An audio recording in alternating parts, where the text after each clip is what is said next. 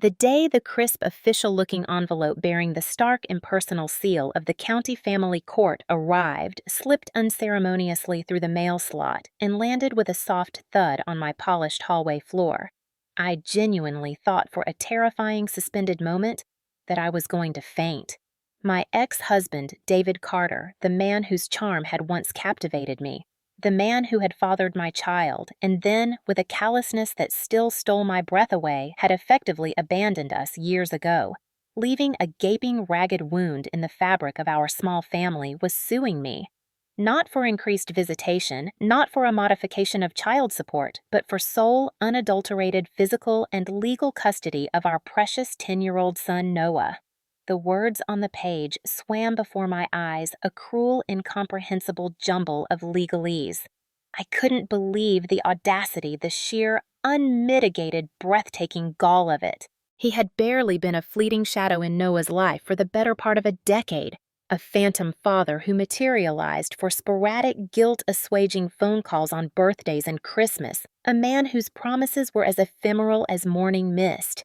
And now, after all these years of profound neglect and carefully cultivated indifference, he was trying to rip Noah away from me, from the only constant, loving, nurturing presence my son had ever truly known.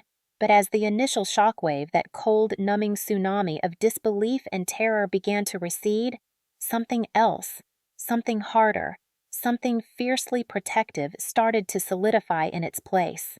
A cold, hard, diamond-like resolve settled deep within my soul. I wasn't scared, not anymore. The time for fear, for tears, for feeling like a victim was over. I knew exactly what kind of man David Carter was. I knew the meticulously constructed, charming facade he presented to the unsuspecting world, and I knew with an intimacy born of years of shared life and subsequent bitter disillusionment, the darkness, the selfishness, the manipulative core that lurked beneath that polished veneer. And I knew his secrets. Oh, the myriad secrets I held tucked away in the dusty recesses of my memory like forgotten, incriminating letters. Secrets that, if dragged into the harsh, unforgiving light of a courtroom, could shatter his carefully polished public image, ruin his burgeoning local political aspirations, and expose him unequivocally for the deeply flawed, morally bankrupt fraud he truly was. Secrets he desperately, pathologically didn't want anyone, least of all a discerning family court judge with the power to decide his son's future, to ever know. For years, for Noah's precious innocent sake, I had maintained a stoic, dignified silence. I had swallowed my pain, my anger, my profound disillusionment with the man I had once loved. I had shielded Noah from the devastating, soul-crushing truth of his father's true character, from the agony of knowing that he wasn't truly loved, truly wanted, truly prioritized by the man who shared his blood. I had allowed Noah to cling to a carefully edited, sanitized version of his father, a version I myself had helped to create, all to protect his tender heart. But this time, this unprovoked, malicious, and deeply cruel attack on my motherhood, on Noah's stability, on the very sanctity of our little family, was a declaration of war. A war I hadn't started, but a war I was now, with every fiber of my being, prepared to finish. I wasn't going to stay silent any longer. I wasn't going to be the understanding, accommodating ex-wife anymore. I was going to fight back, and I was going to use David's own sordid, carefully buried secrets piece, by damning irrefutable peace, to ensure that Noah stayed with me in the loving, secure, and genuinely stable home where he belonged, where he had always belonged. The lioness, it seemed, had finally been awakened. My name is Martha Evans, and in what feels like a lifetime ago, I was Mrs. David Carter. Our marriage, like so many, began with a flurry of youthful optimism, a whirlwind romance that swept me off my feet when I was just 22, fresh out of college with a degree in graphic design and a heart full of dreams. Thomas, or Tom as I called him then, was 5 years my senior, a rising star in a local finance firm, handsome, charismatic, with an easy laugh and a confidence that I found utterly captivating. He came from the Carters, a family whose name carried a certain weight in our small, tightly knit Midwestern town. A family of doctors, lawyers, and successful business people presided over by the formidable, indomitable matriarch Eleanor Carter. Eleanor, with her perfectly coiffed silver hair, her impeccable designer wardrobe, and her almost unnerving ability to control every facet of her family's life with a velvet-gloved but undeniably iron-fisted grip, had from the very beginning made it subtly yet unmistakably clear that I, with my middle-class upbringing and my frivolous artistic inclinations, was not quite what she had envisioned for her golden boy Thomas. His father, Richard Carter, was a quieter, more reserved figure, a successful surgeon in his own right, but one who clearly and perhaps wisely operated in Eleanor's considerable, often intimidating shadow.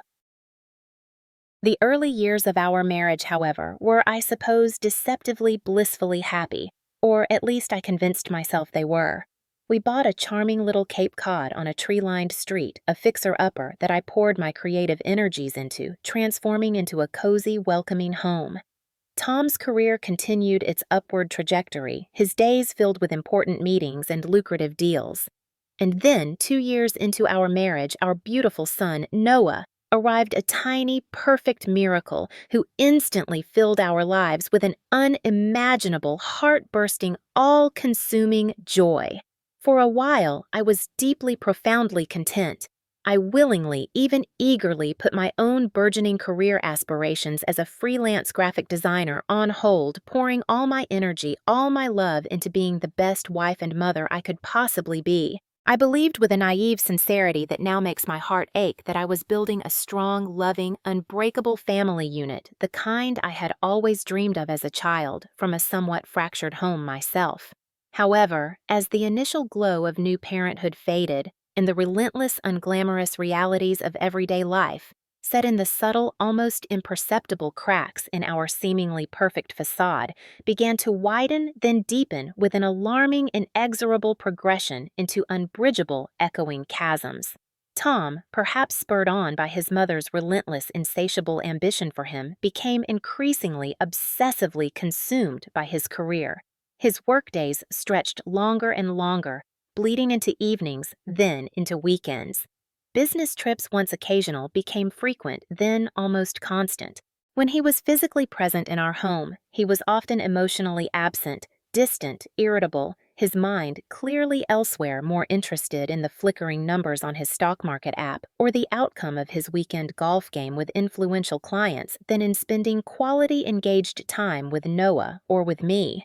The easy laughter that had once filled our little Cape Cod, the shared dreams we had once whispered to each other in the dark, the intimate, soul-deep connection we had once cherished, all slowly, painfully eroded like a sand-castle succumbing to the relentless tide. They were replaced by a growing, suffocating silence, punctuated by an increasing number of carefully worded but nonetheless biting criticisms from Tom. Criticisms about my housekeeping, my cooking, my lack of ambition, my parenting choices. Criticisms that often uncannily echoed sentiments and phrases I knew with a chilling certainty originated with his mother Eleanor. She had never truly accepted me, never truly thought I was good enough for her precious Thomas, and her subtle, persistent campaign of undermining my confidence, my worth, my very place in the family, continued unabated, now often channeled through her increasingly pliant son. My middle-class background, my love for art and literature, my preference for quiet evenings at home over the Carters' endless circuit of stuffy, pretentious social engagements, all were in Eleanor's eyes glaring deficiencies, evidence of my fundamental unsuitability. The arguments between Tom and me became more frequent, more bitter, more soul-destroying. He would accuse me of not being supportive enough of his demanding high-pressure career, of not understanding the immense pressures he was under to succeed to provide. I, in turn, felt increasingly isolated, unappreciated, unheard, and more like an unpaid household manager and a de facto single parent than a cherished wife and equal partner. The love, the respect, the very foundation of our marriage had crumbled into dust, leaving behind only resentment, disappointment, and a profound, aching loneliness. After several painful, deeply disillusioning, and ultimately unsuccessful attempts at marriage counseling, sessions Tom attended begrudgingly, often arriving late, checking his phone throughout, and responding to the therapist's gentle probing with a dismissive, arrogant air, I finally, heartbreakingly, with a sense of both profound failure and a tiny flickering ember of self-preservation, made the decision to file for divorce. I couldn't live in that emotionally barren, toxic landscape any longer. More importantly, I wouldn't let Noah continue to grow up in a home filled with such palpable tension, such unspoken unhappiness, thinking that our strained, dysfunctional dynamic was the norm for a loving family. He deserved better. We both deserved better. The divorce proceedings themselves were, much to my surprise, and perhaps to my naivete, relatively almost suspiciously amicable, at least on the surface. Tom, perhaps eager to extricate himself from a marriage he had clearly emotionally long since checked out of, and likely under pressure from Eleanor to resolve the matter quickly and discreetly, agreed to most of my terms without much argument. We would share legal custody of Noah, an arrangement I felt was important for Noah to maintain some connection with his father. But I, as the parent who had always been Noah's primary caregiver, his emotional anchor, would retain primary physical custody. He would have generous, clearly stipulated visitation rights, every other weekend alternating major holidays, and 2 weeks during the summer. It seemed fair, reasonable, a workable, if painful, solution for Noah's sake. At least I foolishly, naively thought we had reached a stable, lasting accord. I had once again severely underestimated the depth of Eleanor Carter's simmering resentment, her formidable manipulative prowess, and her unwavering, almost pathological determination to control every aspect of her son's life, and by clear, undeniable extension, her grandson's future. The ink was barely dry on the final divorce decree, the faint scent of officialdom still clinging to the crisp legal papers when the first ominous, unsettling signs of trouble began to appear like dark clouds gathering on a previously clear horizon. Thomas, who had initially seemed almost relieved by the finality of the divorce, started missing his scheduled weekend visitations with Noah, often with flimsy last-minute and increasingly transparent excuses. A sudden, unavoidable work crisis, a previously unmentioned urgent out-of-town commitment, a vague non-specific illness. When he did actually show up to see Noah, their time together felt strained awkward. He would often return Noah late, sometimes by several hours, without a word of apology or explanation, his demeanor sullen, resentful. And Noah, perceptive and sensitive as ever, would come home. Quiet, subdued, sometimes with subtle undermining comments his father had made about my parenting style, my financial situation, the inadequacy of our modest, lovingly kept home compared to the opulent grandeur of the Carter family estate. Then came the concerned, unsolicited phone calls from Eleanor Carter herself. Her voice, when she called, would be dripping with a false, cloying sympathy, inquiring about Noah's well-being with an almost theatrical display of grandmotherly concern. She would subtly, artfully suggest that perhaps Noah wasn't truly thriving under my sole care, that perhaps he was missing the strong male influence and the more stable, traditional, and financially secure environment that his father, and by clear, unspoken extension, she and the entire Carter clan could provide. She would ask pointed, intrusive questions about my freelance work schedule, my social life, or rather my lack thereof, as a busy single mother, implying with carefully chosen words that I was overwhelmed, struggling, perhaps even neglectful. Each call left me feeling angry, defensive, and increasingly uneasy. And then the unthinkable, the unimaginable happened.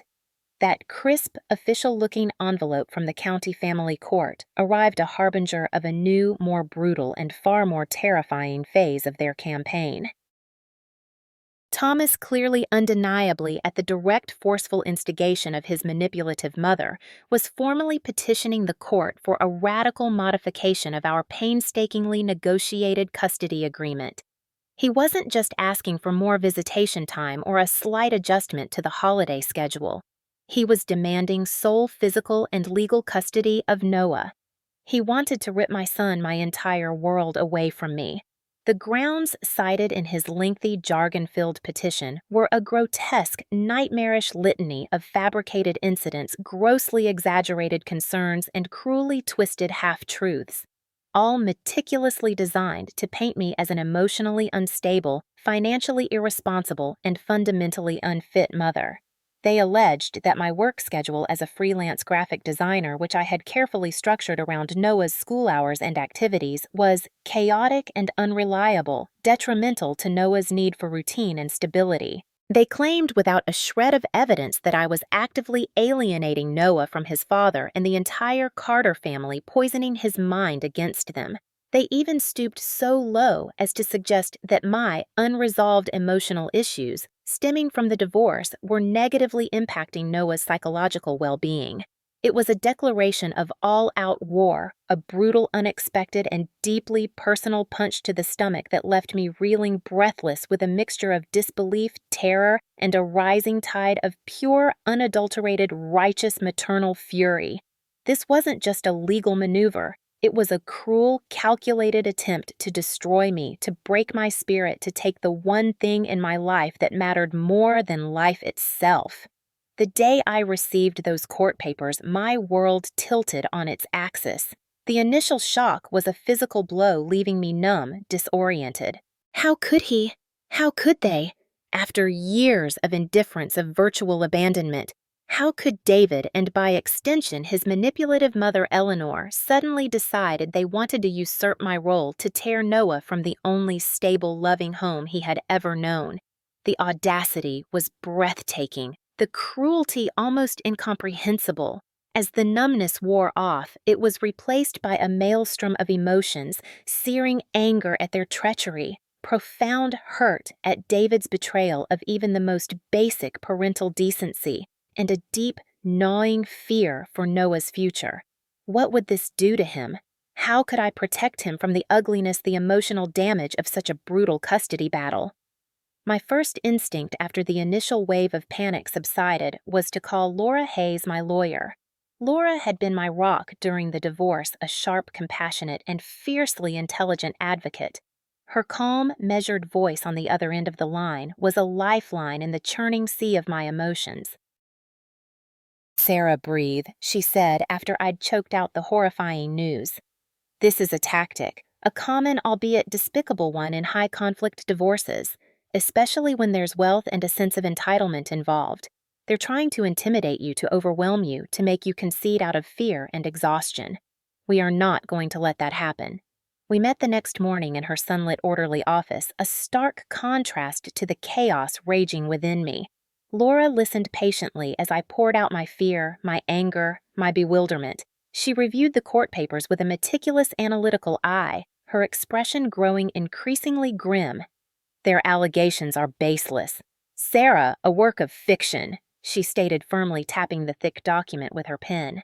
"But that doesn't mean this won't be a difficult fight. The Carters have resources, influence, and clearly no compunction about playing dirty. We need to build an irrefutable case demonstrating that you are and always have been Noah's primary caregiver, his emotional anchor, and that remaining in your care is unequivocally in his best interests.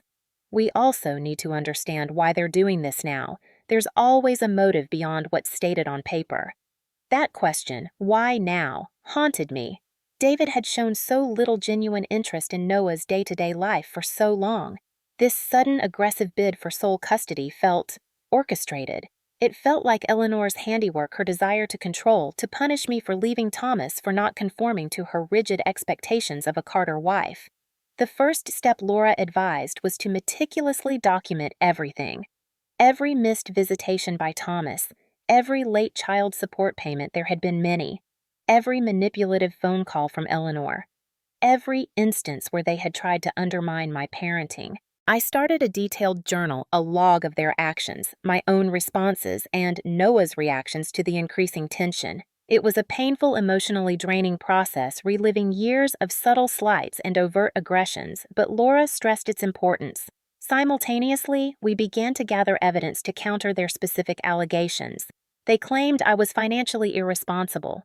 We compiled my tax returns, my meticulously kept household budgets, bank statements showing my consistent if modest freelance income, all demonstrating my ability to provide for Noah. They claimed I was emotionally unstable, We gathered letters of support from my friends, my family, Noah's teachers, his pediatrician, even the kind elderly neighbor I often helped, all attesting to my calm, loving, and consistent parenting. They claimed my work schedule was detrimental.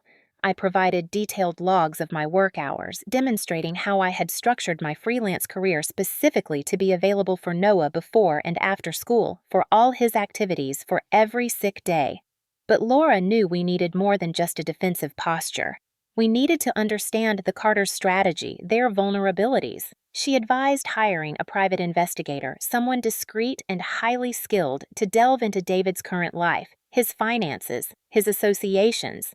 If they're going to throw mud, Sarah, Laura said, her eyes steely, we need to be prepared to show the court exactly who is living in a glass house.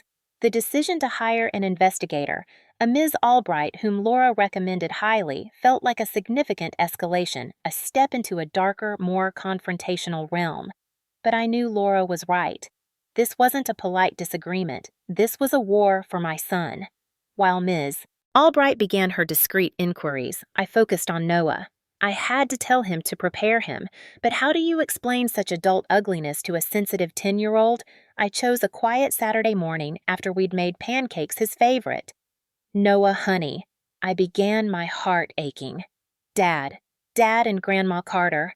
They've asked a judge if you can come and live with them all the time.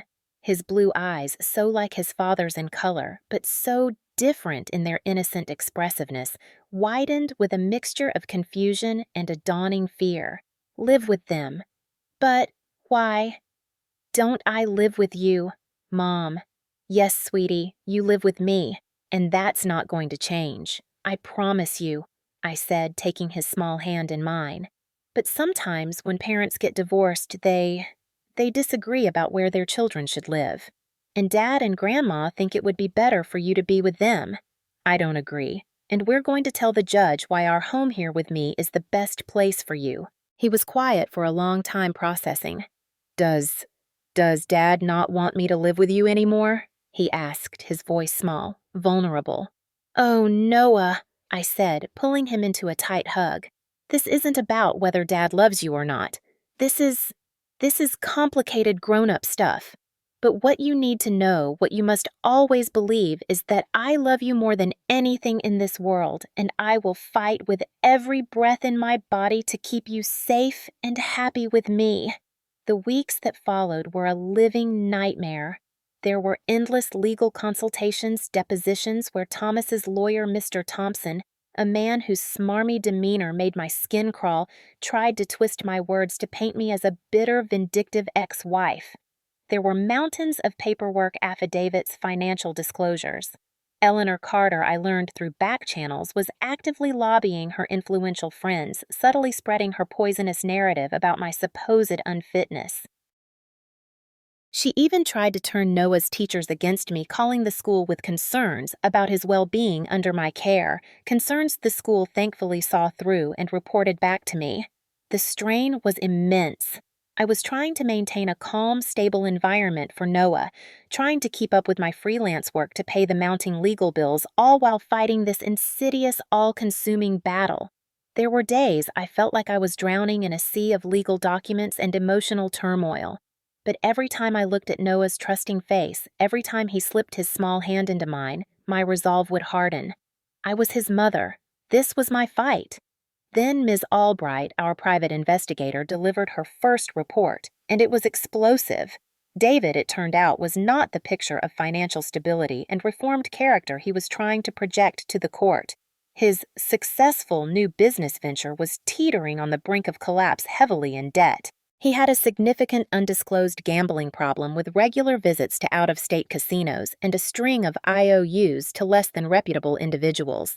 And most damningly, he was involved in a volatile on-again, off-again relationship with a woman, Clarissa, who had her own documented history of instability and brushes with the law. This was the superior environment he was proposing for Noah. But the true bombshell, the piece of information that Laura and I knew could fundamentally shift the narrative, was related to Eleanor Carter herself. Ms. Albright, with her uncanny ability to unearth buried secrets, discovered that Eleanor, in her obsessive desire to control her family's finances and legacy, had years ago attempted to manipulate the terms of a trust fund set up by Thomas's deceased grandfather, a trust fund of which Noah was a primary future beneficiary. Her attempts had been thwarted by other family members at the time, but it painted a clear picture of her character, her willingness to engage in underhanded tactics for financial gain and control. And most chillingly, Ms. Albright found evidence suggesting that Eleanor's sudden fervent interest in gaining custody of Noah was directly linked to her renewed and perhaps more desperate attempts to gain influence over that very trust. Noah wasn't just a grandson to her, he was a financial instrument. Armed with this new, devastating evidence, Laura and I prepared for the final showdown in court. We weren't just defending anymore. We were ready to expose the Carters for who they truly were. The thought of using such personal, ugly information was distasteful, but they had left me no choice. They had fired the first shot, and they had aimed it directly at the heart of my world, my son. The day of the final custody hearing dawned cold and gray, a stark reflection of the turmoil raging within me. I walked into the imposing sterile halls of the county family court building with Laura by my side, her presence a calm, reassuring anchor in the storm of my emotions. My head was held high, not in arrogance, but in a quiet, determined resolve. I clutched a worn, leather-bound notebook, its pages filled with meticulous notes, timelines, and carefully rehearsed statements, my personal arsenal in this fight for Noah's future. This wasn't just a legal proceeding, it was a battle for my son's soul, for his right to a childhood free from the manipulative machinations of his father's family. The courtroom itself felt like an arena, the air thick with unspoken animosity, with the ghosts of countless other fractured families who had stood in this very chamber. Thomas sat across from me at the plaintiff's table, impeccably dressed in a dark, expensive suit. His arms folded tightly across his chest, his handsome face set in a mask of cool, remote disdain. He pointedly avoided my gaze.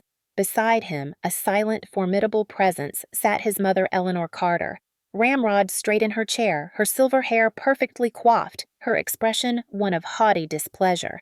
She fixed me with an icy stare, an intensity that was almost palpable, a look that clearly conveyed her unwavering contempt and her absolute certainty of their impending victory. She was the puppet master Thomas, her willing, if perhaps somewhat reluctant marionette. But I wasn't the frightened, easily intimidated young woman they remembered. The years of raising Noah alone, of fighting my own quiet battles, had forged a strength within me they had clearly fatally underestimated. The fear that had once gnawed at me had been replaced by a cold, hard, righteous anger and an unshakable maternal resolve. I had something they had long since discarded, something their wealth and influence could never buy, the undeniable, unshakable truth. My lawyer, Laura Hayes, a woman whose calm professionalism was matched only by her fierce intellect and unwavering dedication, stood up as Judge Harrison entered and called the session to order. Laura began by systematically, meticulously presenting our case. She painted a vivid, fact-based picture of my life with Noah, a life filled with love, stability, consistent care, and unwavering dedication. She presented the voluminous letters of support from Noah's teachers who praised his academic achievements and his happy, well-adjusted demeanor. She submitted affidavits from his pediatrician confirming his excellent health and development. She shared heartfelt testimonials from our friends, our neighbors, even the elderly Mrs. Gable from down the street, whose lawn Noah often mowed, all attesting to the strong, loving bond between mother and son and the nurturing, supportive home environment I provided. She presented Noah's school records, his medical records, his artwork, his sports trophies, tangible evidence of a child who was not just surviving but thriving under my primary care. Then, with a quiet, devastating precision, Laura began to dismantle the Carters' carefully constructed but ultimately flimsy case against me. She addressed each of their baseless allegations one by one, refuting them with documented facts, with receipts, with timelines, with witness statements. The accusation that I was financially irresponsible, Laura presented my meticulously kept household budgets, my consistent freelance income statements, my unblemished credit report demonstrating not wealth, perhaps, but undeniable fiscal responsibility and stability. The claim that my work schedule was detrimental to Noah, I had provided detailed logs of my work hours meticulously structured around Noah's school day, his after-school activities, his need for a present, engaged parent. The insidious suggestion that I was emotionally unstable, actively alienating Noah from his father Laura, presented transcripts of polite, reasonable emails I had sent to Thomas over the years, consistently encouraging his involvement in Noah's life, often only to be met with indifference or last-minute cancellations from his end. The courtroom was silent save for Laura's clear, steady voice and the rustle of legal papers. I watched as Thomas began to shift uncomfortably in his seat, his confident smirk faltering. Even Eleanor's haughty composure seemed to crack just a fraction, a flicker of unease in her cold, assessing eyes. Then it was time to go on the offensive. It was time to unveil the secrets they had fought so hard to keep buried. Laura, with Judge Harrison's permission, called Ms. Albright, our private investigator, to the stand. Ms. Albright's testimony, delivered with cool professional detachment and supported by irrefutable documentation, surveillance photos, financial records, sworn affidavits from credible sources, was nothing short of explosive. She laid bare David's significant undisclosed gambling debts, his regular clandestine trips to out-of-state casinos, the string of IOUs he owed to individuals with less than savory reputations. She detailed his teetering business ventures, revealing that his projected image of financial success was largely a carefully constructed illusion propped up by his mother's dwindling funds and a series of increasingly desperate high-risk loans. And then came the information about Clarissa David's volatile on-again, off-again girlfriend and her own documented history of substance abuse arrests for public intoxication and general instability. This, Laura emphasized, was the superior, more stable environment David Carter was proposing to bring his 10-year-old son into. The contrast between their claims and the stark reality Ms. Albright presented was devastating. But the true coup de grace, the evidence that seemed to visibly stun not only Judge Harrison but also, surprisingly, Thomas himself, was Ms. Albright's meticulously researched presentation on Eleanor Carter's past attempts to manipulate Noah's trust fund. Laura skillfully connected Eleanor's historical pattern of behavior with her current desperate bid for custody, suggesting a clear, undeniable, and deeply disturbing motive that had nothing to do with Noah's best interests and everything to do with financial control and a pathological need to dominate her family.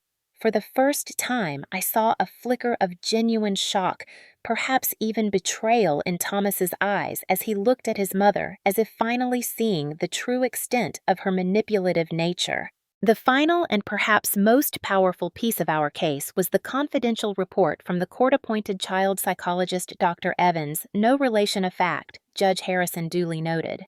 Dr. Evans had conducted extensive interviews with Noah, with me, and separately with Thomas and Eleanor. Her recommendation, read aloud by Judge Harrison, was unequivocal, damning, and delivered with professional gravity, maintaining primary physical and legal custody. With me, his mother, Martha Evans, was demonstrably, overwhelmingly, and without any reservation in Noah's best and most vital interests. Dr. Evans's report cited Noah's exceptionally strong, secure, and loving attachment to me. It detailed his clearly articulated feelings of safety, security, and happiness in our home. It underscored his expressed unwavering desire to continue living with me, and with careful professional concern, Dr. Evans's report also noted Noah's palpable anxiety, his discomfort, and his feelings of being pressured during his individual interactions with his paternal grandmother Eleanor. It also highlighted Thomas's apparent and deeply concerning deference to his mother's often unreasonable wishes, even when they clearly conflicted with Noah's emotional needs and stated preferences. After what felt like an eternity of suspended animation, an agonizingly protracted period of deliberation that probably in reality was closer to 2 excruciatingly long hours, Judge Harrison returned to the bench, her expression stern, thoughtful, and unreadable.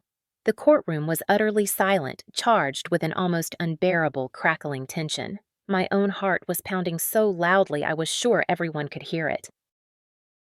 After a thorough and careful review of all the substantial evidence presented by both parties, Judge Harrison began her voice firm, clear, and carrying the undeniable weight of judicial authority after considering all the testimony given under oath and after giving significant weight to the comprehensive and unequivocal recommendations contained within the report from the court-appointed child psychologist Dr. Evans.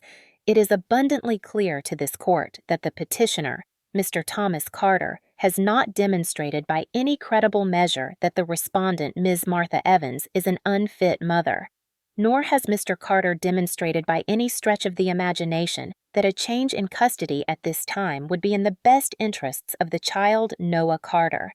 In fact, the overwhelming weight of the evidence strongly suggests that the current custodial arrangement with the mother, Ms. Martha Evans, retaining sole physical and legal custody, is not only stable and appropriate, but is also the preferred and most beneficial environment for Noah's continued growth, development, and emotional well-being. She paused, her gaze sweeping from Thomas and Eleanor, whose faces were now masks of stunned disbelief and dawning horror, to me, before continuing.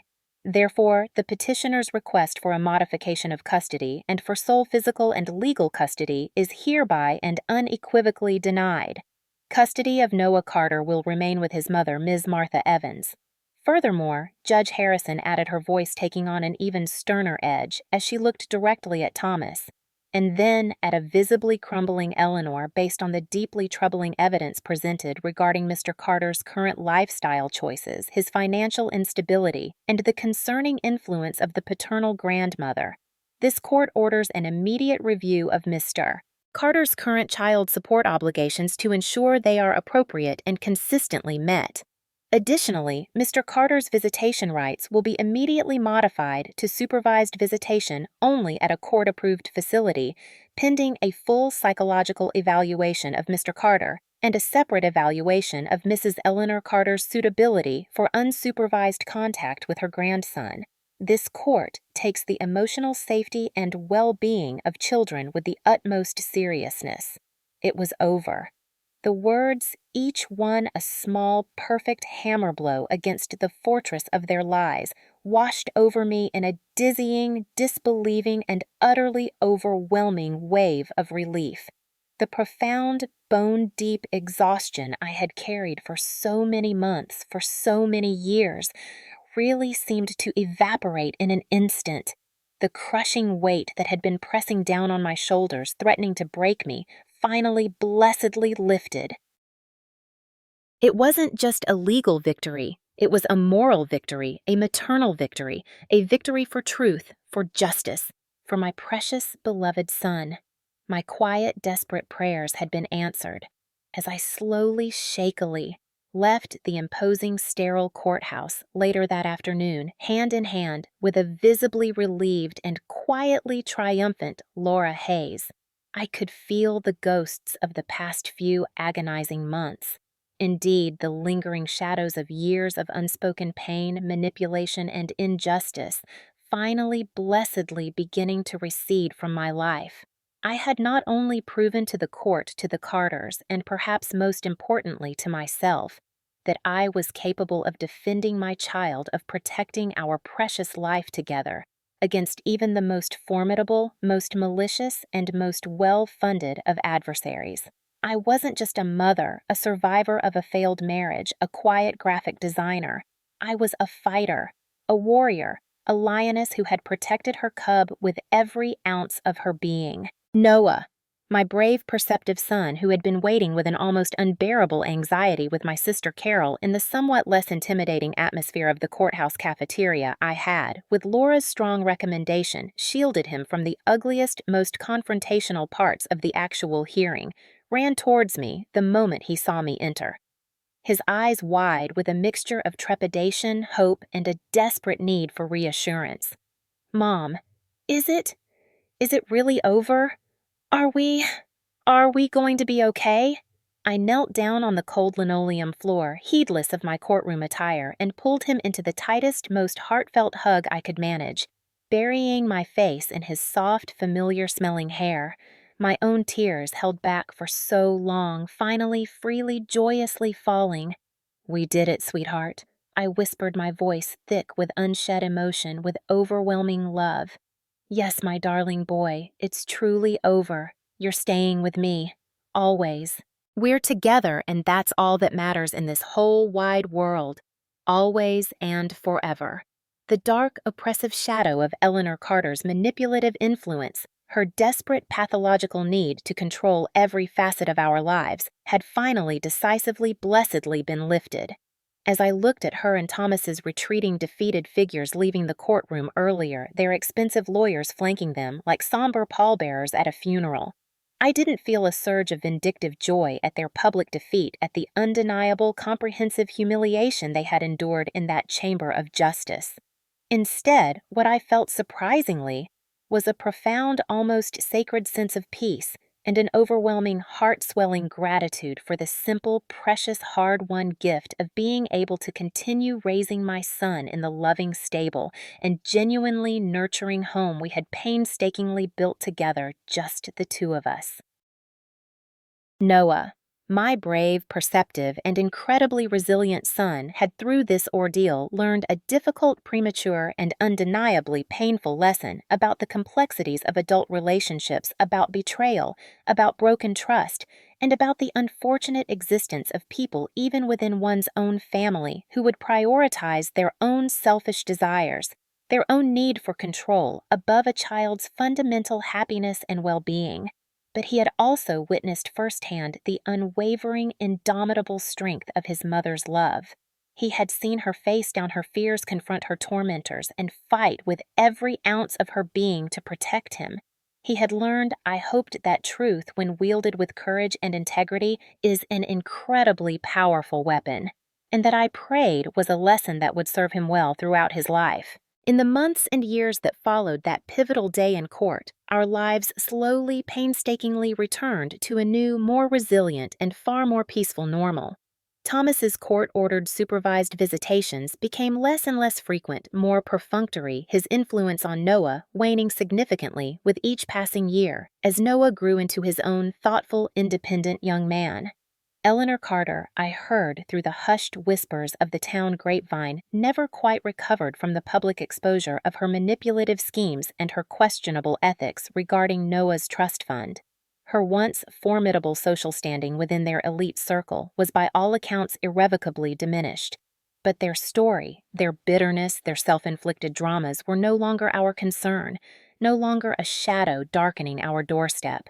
My primary focus, my entire world, was on Noah, on helping him heal from the emotional fallout of the custody battle, on nurturing his spirit, on reinforcing his sense of self-worth, on teaching him not through didactic lectures, but through the quiet, consistent example of my own love and my own actions, the true enduring meaning of family, of integrity, of resilience, of unconditional love.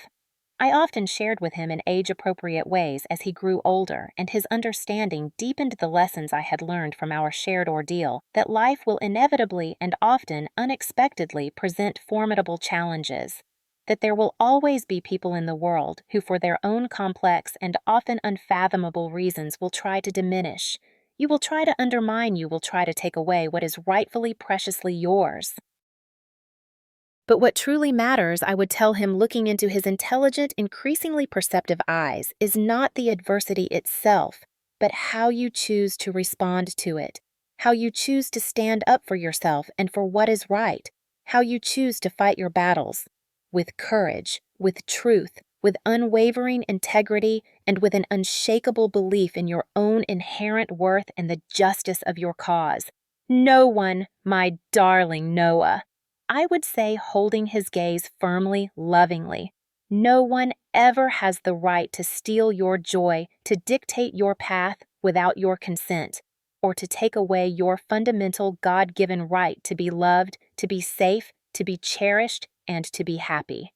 Remember that, my son. Always remember that. And always, always fight for it.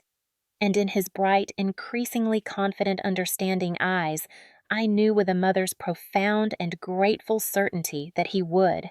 He had learned his lessons well. Our small family, once fractured by betrayal and threatened by malice, was now stronger, more honest, more deeply connected, and finally, blessedly, truly at peace. The battle had been long and brutal, but the victory and the lessons learned were immeasurably precious, a testament to the enduring power of a mother's love.